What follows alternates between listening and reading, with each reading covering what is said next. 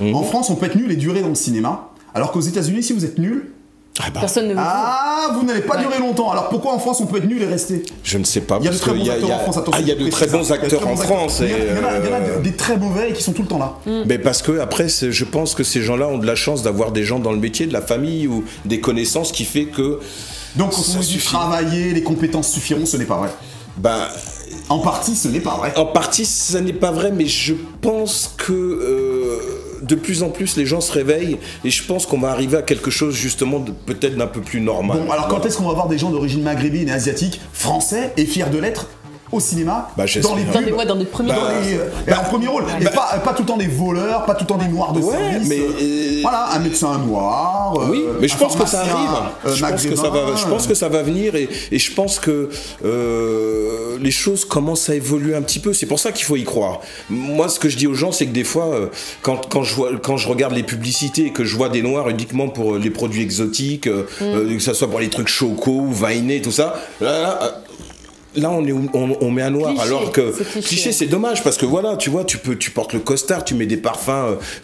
On est des gros consommateurs quand même, au même titre que j'ai envie de dire les Français, parce que c'est terrible à dire. Mais voilà, le fait est que c'est comme ça. Et puis, moi, ce que je dis, ce qui est marrant, c'est que dans la vie de tous les jours, j'ai aucun problème moi avec les gens. J'ai des amis noirs, chinois et tout ça. Et en fait, c'est quand j'arrive dans mon métier qu'on me fait prendre conscience de ma couleur, parce que je sais que quand je viens, c'est pour faire un noir. Voilà, que ça soit en doublage voix ou en... Vous l'assumez. Voilà. En même temps, je l'assume par rapport à une histoire. Par exemple, là, au théâtre, on a joué à Paris sur des souris des hommes de Steinbeck. C'était pendant la récession et tout ça. Et dans le sol noir dans la pièce, c'est Crooks, le palefrenier. Là, c'est l'histoire. C'est un peu normal. C'est un peu normal. Et là, on a une tournée qui... Mais... et comme aussi des fois au théâtre, moi j'ai refusé des pièces parce qu'on me demandait de prendre l'accent africain ou ceci parce que ça faisait rire les gens et je leur ai dit je suis désolé mais pour moi on est à l'ère Obama maintenant et je crois que on est passé il faut arrêter de prendre l'accent soit antillais ou africain pour faire rire les gens. Voilà. Ou alors il faut qu'ils prennent quelqu'un qui a déjà l'accent dans la voix et tout ça et que ça fasse pas une caricature de quelque chose quoi. Voilà. Moi je veux pas. Qu'est-ce que vous pensez du cinéma français comparé au cinéma américain? Toutes ces personnes qui disent « Ah, moi, je regarde pas les films français. On s'ennuie, c'est lent, les scénarios, ils sont... Non, il y a des très bons films français, comme moi, j'adorerais travailler avec Olivier Marchal, par exemple. Parce que je trouve que ses films sont... voilà. Ils sont très forts, mais Olivier Marchal, il a quand même... Je sais, bon, c'est peut-être dur à dire, mais il a quand même une touche américaine quand vous regardez au niveau de la dynamique, un cinéma nerveux, une caméra très introspective. Non, mais je crois qu'il a des corones, comme on dit. Il a un truc intérieur qui est fort, voilà. Voilà, des testicules. Grosse comme une baleine. Non, et je crois que c'est un mec je crois que c'est quelqu'un qui a quelque chose à dire. Et je pense que quand les gens ont des choses à dire, je pense que les films peuvent être super forts. Et c'est pas après. Les Français ont une façon de filmer qui n'est pas la même que les Américains. Oui, mais pourquoi les Français eux-mêmes disent que leurs propres films sont ennuyants. Chiant. Ça dépend. Moi, par exemple, il y a des séries sur Canal+ qui sont très très bien. Franchement, mais on n'a pas avec un financement, avec de gros moyens. Peu importe, mais en tout cas, moi je sais qu'en France, les gens, voilà, il y a du très bon cinéma, c'est tout. Après, évidemment, il faut avoir la chance d'être dedans, quoi. Mais pourquoi le cinéma français a plus de mal à se vendre, hormis le barrage de la langue? Alors ça, on dit que c'est un cinéma pour intellectuels. Oui, on dit ça, mais en même temps... C'est pour ça que Woody Allen trouve sa place en France. Oui, mais en même temps, après, voilà, moi spécialement, Woody Allen, c'est pas le mec qui me fait spécialement kiffer, quoi, voilà. Maintenant... c'est qui vous fait kiffer où? En France? Oui. Anthony Marshall, ok. Anthony Marshall, Clappy, j'aime bien. Ouais. Ah oui, très bien, Clappy. Qu'est-ce qu'il y a eu encore? À l'époque, tous les films de Lautner et tout ça. Qu'est-ce qu'il y a encore? Bon, les scénarios d'Audiard et tout ça. Ouais, parce que c'est cru. Et puis le dernier Audiard, même Fred Cavaillé, j'aime bien ce qu'il fait avec le dernier, là, c'était... avec toujours son acteur fétiche qui est... ça va me revenir. Ça va me revenir. Fred Cavaillé, il y a qui d'autre? Les acteurs, vous aimez qui en acteur français? En acteur français. Qui n'est pas mort, s'il vous plaît. Qui n'est pas mort. Allez, Jean Dujardin, puisqu'il cartonne là, avec... Bah non. Ah bon, pourquoi? Pas spécialement, non. Pas spécialement. Vous en valez pas. Bah, pourtant, j'ai bossé avec lui dans Un gars, une fille et tout ça. Mais, oui, vous avez joué dedans. Mais non, c'est bien, je trouve c'est bien ce qui lui arrive. C'est un mec qui est méritant et tout ça, mais je peux pas dire que ça soit... C'est pas votre kiff. Bon, alors on continue. Audrey Tautou. Bon, d'accord. Ouais. Marion Cotillard. Ouais, j'aime beaucoup Marion Cotillard. Voilà. Qui d'autre? Romy Schneider. Non, vous avez dit les gens vivants. Arrêtez, s'il vous plaît. Non, mais là, pour moi, Romy Schneider, pour moi, c'était c'était l'actrice. Il y a eu Annie Girardot. Mais ouais, mais là, j'essaie de réfléchir dans les nouveaux. Parce que là, tu me prends de court. Alors du coup, c'est. Dans votre combat, Bruno Henry, est-ce que c'est la raison pour laquelle vous apparaissez dans le livre le livre Minorité visible? En plus, il l'a. Minorité visible, cinéma invisible. Page 69. Jacquois, vous êtes à la page 69. En plus. Je sais pas si on peut voir la couverture parce que nous, on a deux réalisateurs formidables, Ibou et Régis Lambouguercy. Dès qu'on parle de quelque chose, paf, ils le font apparaître. Voilà. Donc, parlez-nous de ce livre. Faites-le apparaître un peu plus longtemps, s'il vous plaît. Voilà. Alors, pendant que c'est là, pendant que les gens ont le temps de noter, expliquez-nous un petit peu. Donc Samuel, en fait, c'est un musicien. Je crois que en plus c'est les éditions Dagan qui publie ce livre, Sidney Coteau, qui est le PDG de cette boîte d'édition. Et en fait, Samuel, c'est un musicien et tout ça, mais c'est un mec qui c'est un artiste, en fait. Et vu qu'il connaît beaucoup de gens dans le cinéma, dans le théâtre, il a eu cette idée de regrouper, de faire un bouquin pour montrer qu'en France, il y avait des acteurs noirs. Donc il y en a d'autres, il y en a plein, il n'y a pas que moi. Oui, avec du talent, il y a Éric Eboinet, par exemple, j'adore, Duke Coma, Annie Milon, enfin, il y en a plein, quoi. Voilà, donc je conseille aux réalisateurs français d'aller regarder, et vous verrez qu'il y a une palette d'acteurs. Faites apparaître... Messieurs les réalisateurs. Voilà, donc, messieurs les réalisateurs de cinéma, au lieu de nous raconter que vous ne trouvez pas de comédien noir, allez là-dedans, il y a un livre qui est écrit spécialement pour vous, vous n'avez plus qu'à puiser. Voilà, Minorité visible, cinéma invisible de Samuel Jacquois. Ouais. Voilà, ceci dit. Super. Bruno Henry, vous avez également joué dans le film Cette obscure tentation. Très bien, oui. De Renaud Ducoing. Ouais. Voilà. Alors cette œuvre a remporté 9 prix, dont le vôtre, qui est le prix d'interprétation masculine. Et ma partenaire a gagné le prix d'interprétation féminine. Bravo. Félicitations. Bravo. Merci. Bon, écoutez, vous savez quoi? Racontez-nous l'histoire et puis on regarde un extrait. Alors, c'est un huis clos entre un kiné et une handicapée. En fait, cette handicapée, c'était une jet-setteuse et tout ça, qui a eu un accident de voiture. Et il s'avère qu'elle s'appelle Mussard. Et Mussard, c'est une histoire vraie, c'était des chasseurs de nègres à La Réunion. Et elle passe son temps à se mutiler, et pour aller encore plus loin dans son côté sado et mutilation, elle fait appel à un kiné noir pour se persuader qu'elle est raciste. Et voilà, et après c'est un huis clos, c'est tourné au 5D en noir et blanc, et c'est la confrontation entre les photo, je précise. Oui, le 5D, le Canon, parce que maintenant tous les jeunes réals, ça permet justement aux jeunes réals de pouvoir faire des films. Alors on va tout de suite regarder la bande-annonce, Cette obscure tentation de René Ducoing. Cette œuvre a remporté 9 prix, et notre ami Bruno Henry a eu le prix d'interprétation du festival cinématographique de hier, Les Palmiers.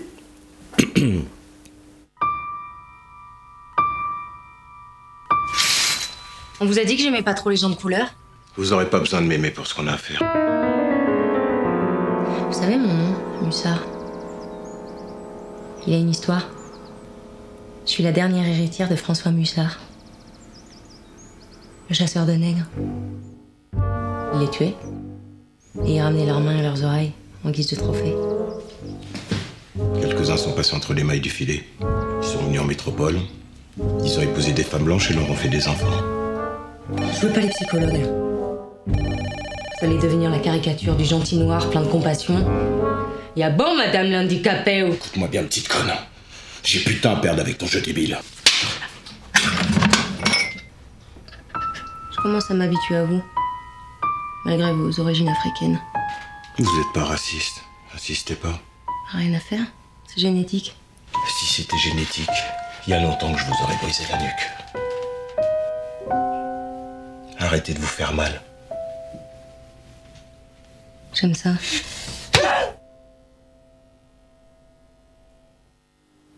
Donc voilà. Merci. Et en plus, prix remis par Claude Pinoteau, voilà, le réalisateur de La Boue, entre autres. Vous aimez les films sadomaso, vous? Pas du tout. J'aime les histoires couillues, les vraies histoires. J'aime les comédies aussi. J'aime bien. Non, c'est-à-dire que pour moi, j'aime bien les choses vraies, les choses profondes, les choses intenses. C'est ce que j'allais dire. Même dans le délire, hein, même dans la comédie, mais j'aime bien que les gens soient fous à tous les niveaux, quoi. Voilà. Ah, bah excuse-moi, j'ai encore un message. Il y a une femme qui est en train de dire, mon Dieu, quand je l'entends parler, avec tout ce qu'il dit, sexuellement, il doit être intense aussi. Ah, ça. Bruno Henry.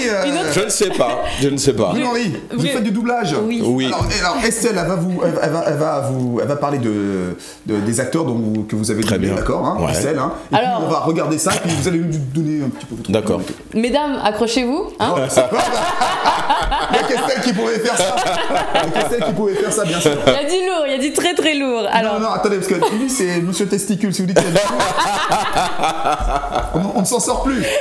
Alors, Jimmy Jean-Louis. Ouais. Dans Heroes. Ouais. Heroes, ah c'est vous la voix de Jimmy Jean-Louis. Ouais, l'haïtien. On peut le voir, Jimmy Jean-Louis. Oui, voilà. Ouais. Waouh, voilà. C'est vous qui faites la voix de. Ouais. Mais ce n'est pas fini, Gustino. Ah bon? Ce n'est pas fini. Tyrese Gibson. Voilà. Dans quel film? Tous ces films, depuis ça a commencé avec Baby Boy, Too Fast and Furious 2, Les 4 frères, Transformers, voilà. Mais qu'est-ce que je fais là? Et je fais tous ces films, voilà. Elle est contente, Estelle, elle est contente, que des boss.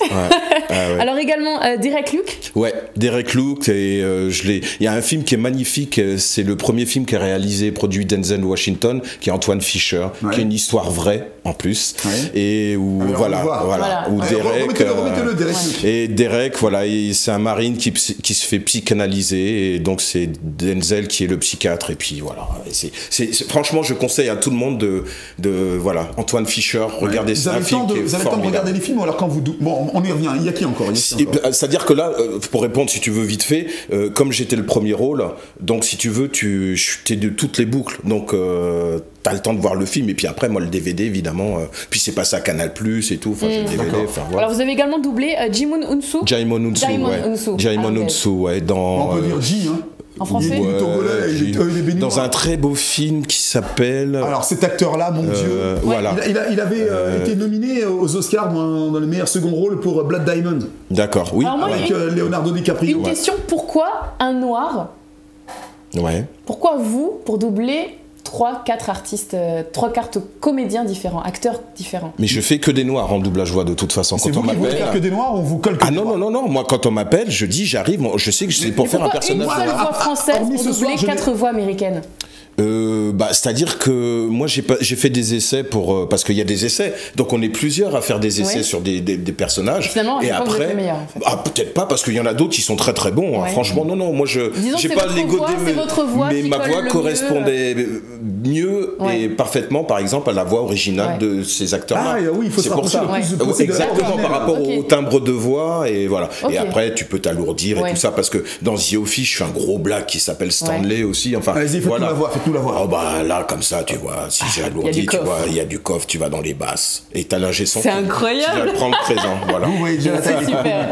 Oh, Gustino. Cet homme-là sans la testostérone. Bon, le temps passe vite, Gustino. Oui. Déjà. Oh, Bruno, on est en train de passer un super moment avec vous. Alors donc, on va rappeler. On a encore plein de questions à vous poser. On avait plein de questions à vous poser. Par exemple, que la scénariste Marilyn Mailleux a écrit une pièce de théâtre en pensant à vous. Mais il a tout, cet homme, carré noir, carré blanc. Dites-nous vite un mot et puis on va finir sur vos projets. C'est deux hommes qui se font enfermer, qui se font hypnotiser, qui se retrouvent dans un sérail, habillés en noir, un noir et l'autre en blanc, avec 2 vélos. Et ces deux hommes qui, enfermés, s'entendent bien parce qu'ils sont sous hypnose. Et il s'avère qu'après, c'est 2 présidents qui ont donné l'ordre de se faire hypnotiser parce que justement par rapport à la crise et tout ça, et qu'ils n'en pouvaient plus, donc ils se retrouvent. Et puis il s'avère qu'il y a des rapports de couleurs, il y a des des anecdotes par rapport à des choses réelles qui se sont passées avec des vrais présidents. Sarkozy et Obama. Pas Obama. D'accord. Mais c'est assez drôle, c'est complètement décalé, c'est un projet. Et l'année prochaine, vite fait là, vos projets pour l'année prochaine, dites-nous vite. Une tournée des souris et des hommes, projet de tournée cinéma. Théâtrale, donc. Voilà, projet cinéma avec Sylvia Fodor qui a réalisé une série, peut-être une trilogie qui s'appelle Norman. D'accord. Sylvia Fodor qui est brésilienne, un projet avec Jean-Luc Herbulot aussi, et puis Greg Simon aussi avec un réalisateur avec qui j'ai des projets. Voilà. Très bien. Très bien. Voilà. Merci Paul-Henri. Merci à vous de m'avoir reçu. Ce fut un plaisir. Il faudra revenir quand il y aura votre tournée. Vous êtes les bienvenus. Avec votre bande-annonce et tout. Vous êtes les bienvenus. Voilà. Merci beaucoup.